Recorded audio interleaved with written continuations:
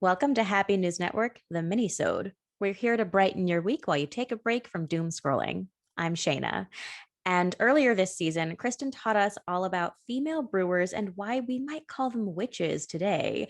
Our guest is definitely not a witch, but she is a really cool female brewer. Lucy Teusink, welcome. Hi, so good to be here, Shayna. Thank you. Thank you. Thanks for taking some time to chat. Of course. So, are you familiar at all with the female brewer history? So thanks to that article that I did see milling around, I think a Yeah. couple weeks ago, I think it was that Smithsonian article, I believe, and Mm-hmm. that kind of refreshed my memory for sure. I knew some things about it, and then that kind of tightened it down. Yeah, I'm guessing that you don't need to use cats and cauldrons quite as often today, unless it's just for show. Right, not super necessary. A lot of breweries do still have brew cats. Oh, That really? isn't terribly uncommon, but and Huh. maybe more like ball caps these days, Yeah. you were pointing Something at. more contemporary. Sure. Yeah.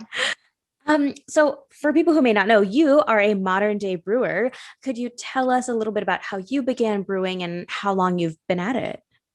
Sure. I it has sort of noodled around the journey. I always love to ask anyone in the craft beer industry how they got to where they are. It's always a different combination of things. Some people started in brew science and worked their way into that way. I don't really have a scholastic background when it comes to craft beer. I started as a hobbyist, I think as many people do, and I was fairly young at the time, had some people ahead of me who were like really into it and had followed the Georgia beer scene for a long time. And I wanted to turn the hobby into at least a job. I hadn't really thought about it being necessarily a career the way it is for me now, but at the time I thought that would be a really cool work environment, or I hoped it would be. And all of my work experience was in marketing and independent film, and I was able to start on with a brewery that's in Roswell, Georgia, called Gate City Brewing, using my marketing experience and prior retail customer service experience.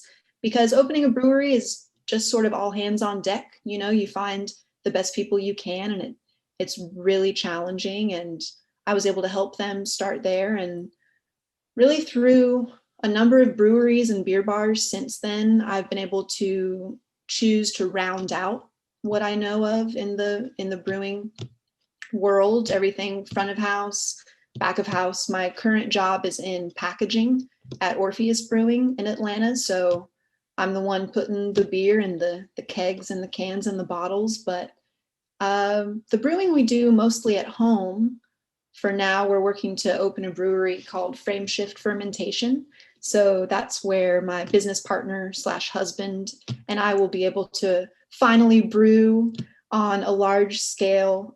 When I say large, larger than 5 gallons at a time. Uh, Do you find that you enjoy that sort of balanced approach to it, learning the back of house and the front of house?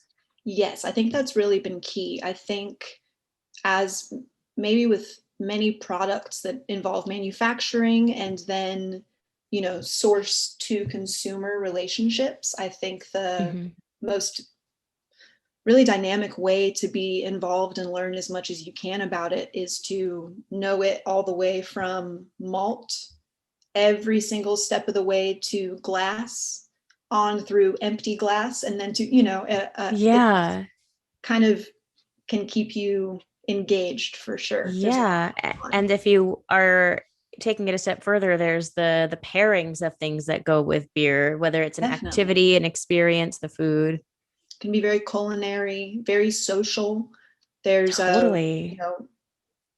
the fact that many breweries are venues. There are Mhm. events that come into play and festivals, and just really being able to bring people together. Sure. And there are breweries, there are different types of ciders, and there are so many subsects too and branches of the extended family tree. Yes, yes. And since you mentioned that, or I'll do it shameless. Frame shift fermentation.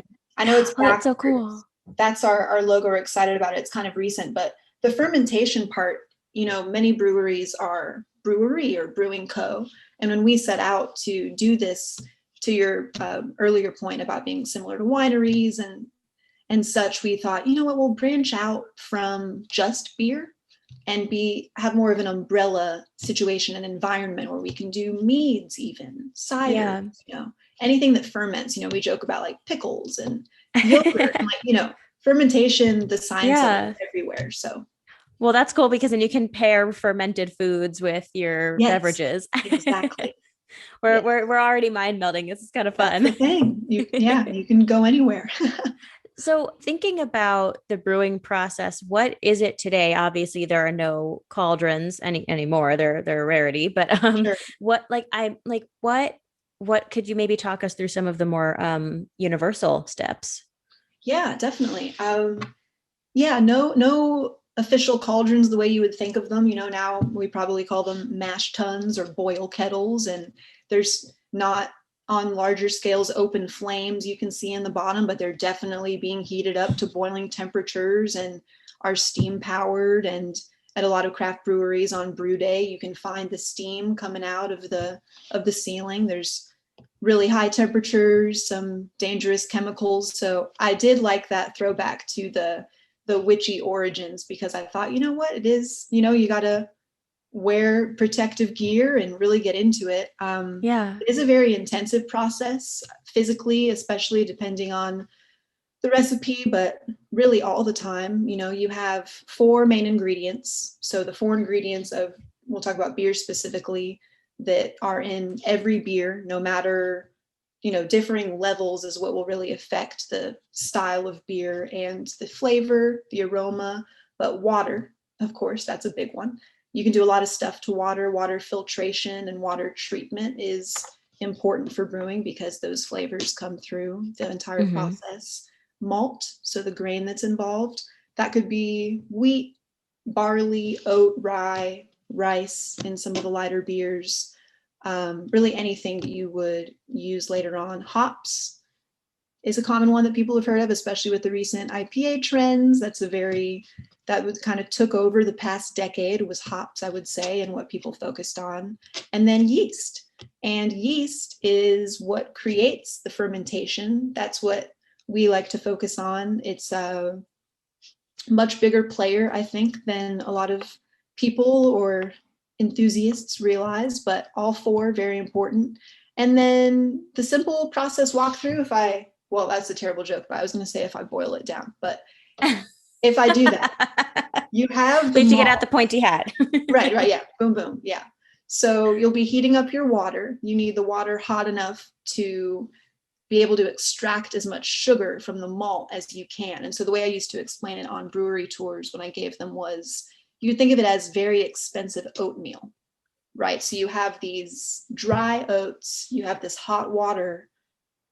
In brewing, you have that together.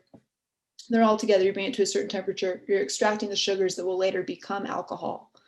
And then you need to separate the two, because you don't Hmm. want the grain in your beer. That's the part you don't need. And so the separation process is called lautering. So you're bringing the now sugary hot liquid down back out of the grain that's left. And that liquid is called wort. So it's really hot sugar water. It'll even smell a little bit bready Yeah. or grainy. And then you just have that spent grain left over once it's all dried out. That's a common thing that breweries like to donate to farms. Sure. Livestock likes to eat it. Lots of animals, really, you can bake with it, not as Hmm. easily on such a large scale, because we're talking about, pounds and pounds and pounds, full barrels, full truckloads of grain. Yeah. And then after that process, you have the wort. After you have the wort, you bring it to a boil. And depending on what temperature you want to add your hops, you'll bring it up to that boil. And then you can add your hops at different timing points.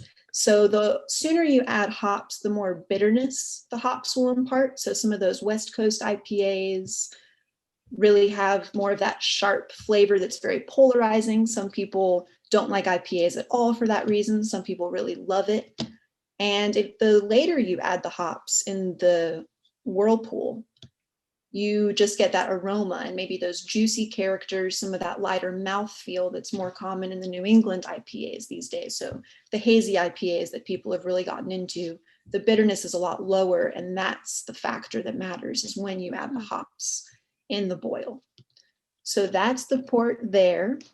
You can always add more hops at the end in a dry hopping process, which is post fermentation or during fermentation, and that will impart more bitterness and flavor as well. And hops are a really wide range. They're grown in all different parts of the country, and there are so many. You can almost think of it like coffee beans. There's that flavor that coffee is, but if you had a bunch of different types of coffee, you might notice the difference. And hops are very similar to me in that way.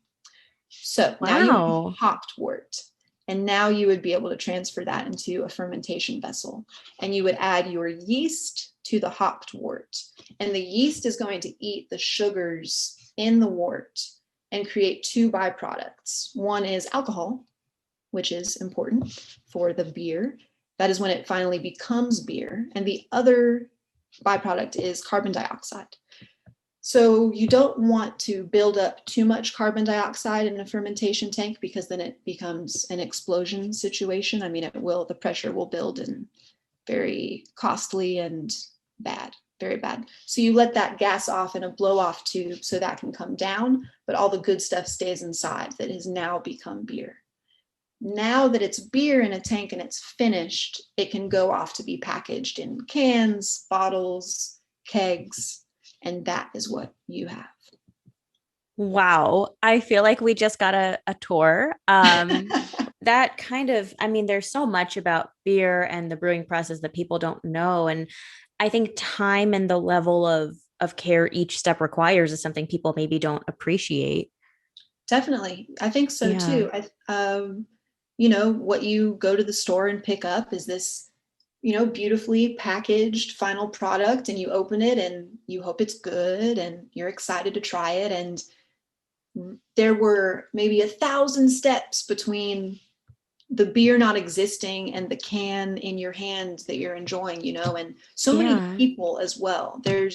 A lot of there are a lot of jobs in the brewing industry that are very itemized, from the label art even is part I of was it. just going to ask about that. I feel like the design of the label, because as you were sort of mentioning earlier, the process of brewing is now becoming this event. Like people go to breweries and they do these tours. How much does the label showcase the product versus the people who create it? That is a great question. I think it varies. What I've liked Yeah. to see recently is breweries alternating artists between labels. And so rather than having possibly the same designer take care of the entire brand, they're able to choose different local artists and say, okay, this is went into this beer. Maybe there's some other factors at hand. Why did we name it this? And is it Yeah. going to be a benefit, or did we brew this in collaboration with an additional brewery and we want to showcase their style as well? So it's fun. There are more beers as breweries continue to multiply, and the beers of course continue to multiply.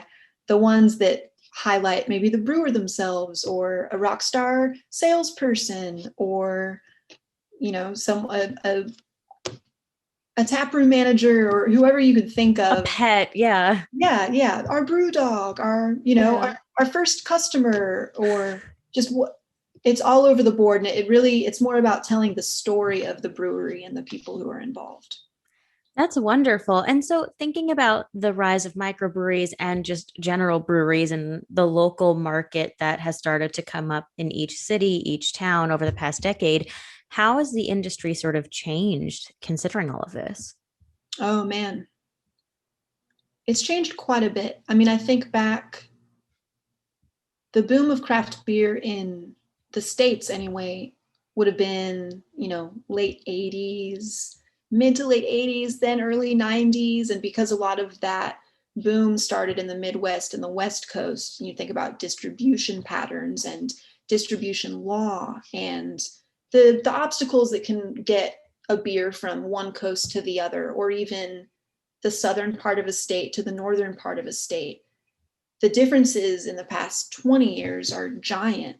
And then you look at even the numbers from just 10 years ago, and we went from, in 2010, it was 10 million in retail sales, up to Wow. 25 million in 2018, which I wouldn't think of just those 8 years even as such a boom, but 250% increase up until the struggles of 2020, of course, like with Sure. every industry, but not every, but definitely beer. I do Media think the rise of social media also it sort of maybe it didn't necessarily contribute to the boom, but during the last decade, we now document our journeys and travel so much more. So even if more people aren't necessarily going, there's a huge impetus on documenting the story behind the brewer or the brewery, and the way that Yes. we showcase what happens has completely changed. Yes, that's a great point. The visibility on places you might never visit, even if you could, they are there for you because of things like beer influencers, beer travelers, beer trading. Oh my Uh, gosh, yeah. it just, something people will just pine after these releases that are on the other side of the country, and someone will drive 12 hours to wait another 6 hours in line, or maybe even stay the night so that they can get those extra bottles to bring home to a friend who has had this exact beer all 8 years the brewery has brewed it. I mean, there's so much sentiment in a lot of these cases, and a lot of intensity that can be found in the beer enthusiast world. And that I don't think is changing either, even though different trends in brewing and beer drinking come and go. I think the excitement and the loyalty to some of these brands because of their stories is only getting stronger. Wow. And that does sound insane to drive 12 hours to get a specific beer when it's released. But at the same time, we travel every year to see an important relative or something. So, if you drink something every year for 10 years or 15 years, you're willing to do a couple extra things to get Yeah, it. yeah, Make a definitely. trip out of it or something. Yeah. Like, And you might go yeah, travel to see a band play live or something, and it's yeah. kind of just that enthusiasm that can't be helped. This is all so cool. Thank you for like a this little microcosm of the whole industry. Oh, of Thank you. course. Oh Thanks my for giving gosh. me the opportunity. Of course. Well, Lucy Teusink, thank you for being with us today. Thank you, Shayna. And from all of us here at Happy News Network, I'm Shayna. Have a happy day.